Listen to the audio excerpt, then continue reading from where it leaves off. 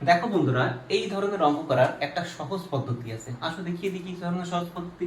এই লবগুলোর আমি কি করব, লসাগু করব। তাহলে 2 3 3, 3 এর লসাগু কত হবে? 6। ওই 6 দিয়ে প্রতি নিচেটা করে দেব গুণ করে দিলাম। এবার 2 দিয়ে কাটলো, 3 দুগুণে 6, 3 দিয়ে কাটলো, 3 দুগুণে 6, 3 দিয়ে কাটলো, 3 দুগুণে 6। তাহলে নিচে কত হলো? 3 3।